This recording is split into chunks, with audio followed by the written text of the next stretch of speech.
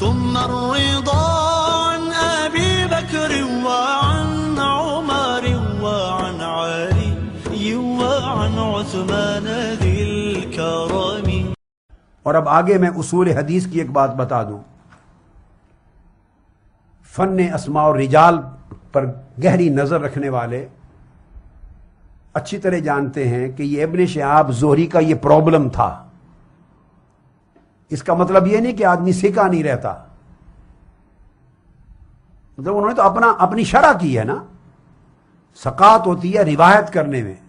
وہ معتبر تھے، ثقہ تھے، عادل تھے، متقی لوگ تھے، سب درست، مگر ان کے نقص یہ تھا کہ اکثر جب حدیث کو روایت کرتے تو اس میں کوئی نقطہ آتا تو اس میں اپنی طرف سے اس کے توضیحی جملے بیان کر دیتے، شاگردوں کو وضاحت کے جملے کہہ دیتے تھے.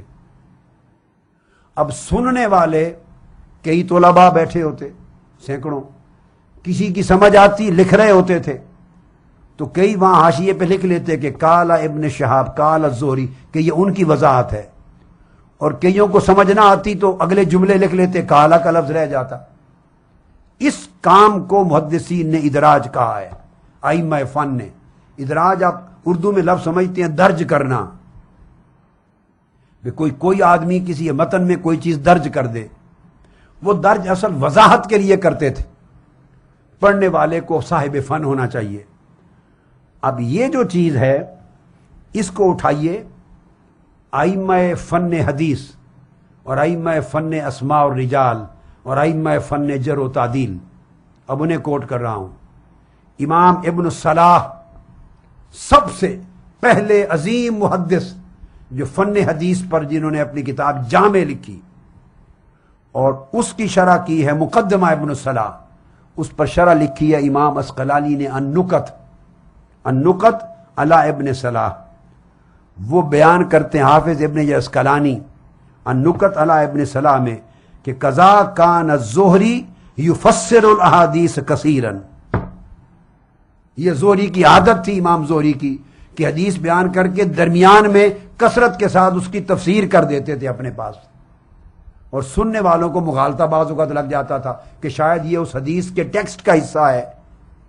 سمجھ جس نے پراپرلی سن لیا اس نے قالا کر کے الگ لکھ دیا، جو نہ سن سکا وہ بعض اوقات سمجھتا تھا اسی متن کا حصہ چل رہا ہے. یہ بڑی نیچرل سی چیز ہے. تو حافظ ابن عسقلانی نے امام ابن صلاح کی شرح میں لکھا کہ امام زہری کا یہ پرابلم تھا. وہ بیان کرتے ہوئے حدیث کا متن صحیح بیان کرتے تھے مگر درمیان میں کئی جملے وضاحت کے بول دیتے، سننے والے کو مغالطہ لگتا.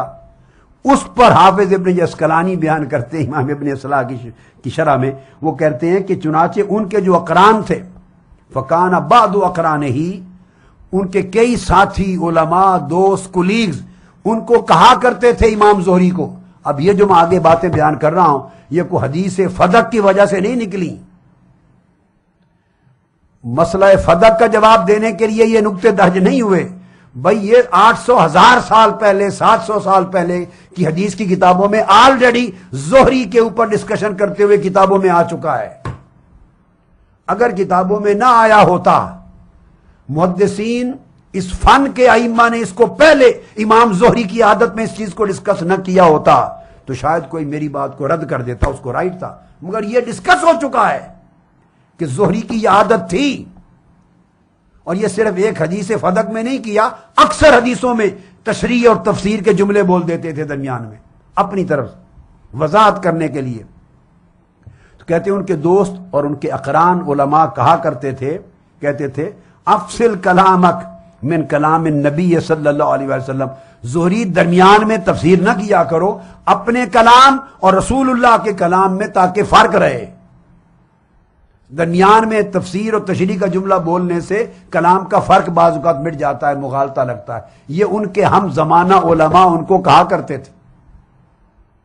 یہ وہی پرابلم ہو گیا ایک. اور پھر انہوں نے حافظ ابن عسقلانی نے کتاب النکت علی ابن صلاح اٹھا کے دیکھیے، انہوں نے پھر امام زہری کی اس عادت کے بے شمار واقعات حدیثوں کے باب میں کوٹ کی ہے. اب میں وہ کوٹ کرنے لگ جاؤں تو مضمون اور طویل ہو جائے گا.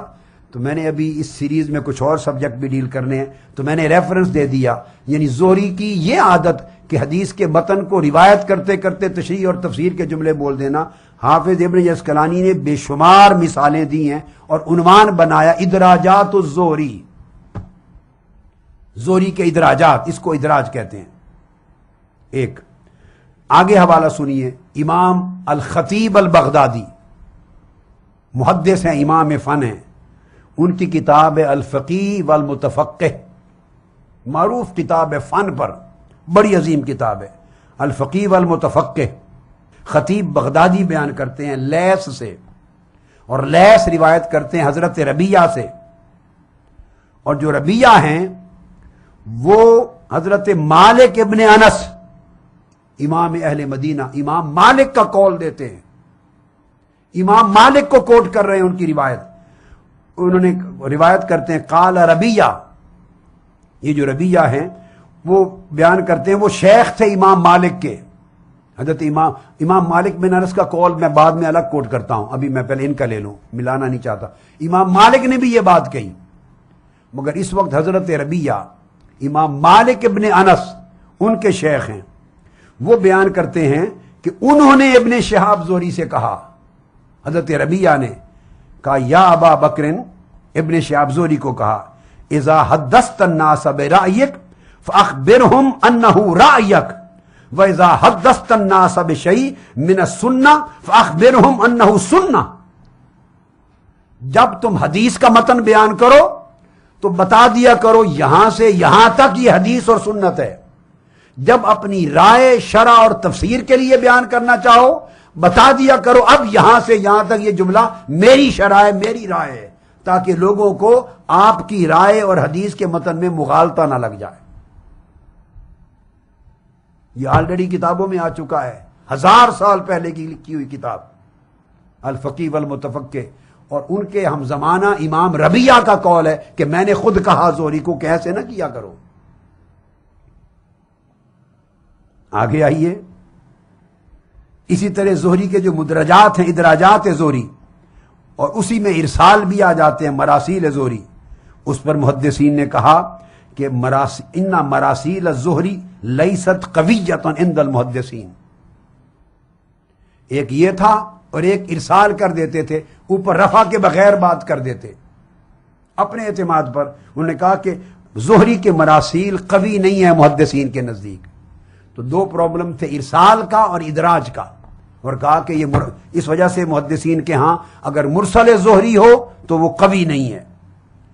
احمد بن سنان نے کہا، یہ امام ہے حدیث کے فن کے، کہ یحییٰ بن سعید القطان روایت کرتے ہیں، امام یحییٰ بن سعید القطان امام جرح و تعدیل ہیں اور فن حدیث کے، ان کے بارے میں کہتے ہیں کانا یحییٰ بن سعید لا یرا ارسال الزہری وقتادہ شیئا، وہ زہری اور قتادہ کے مرسلات کو کوئی حیثیت نہیں دیتے تھے،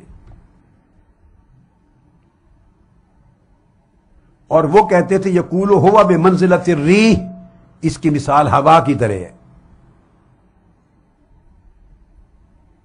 یہ حافظ ابن عسقلانی نے تہذیب التہذیب میں بیان کیا۔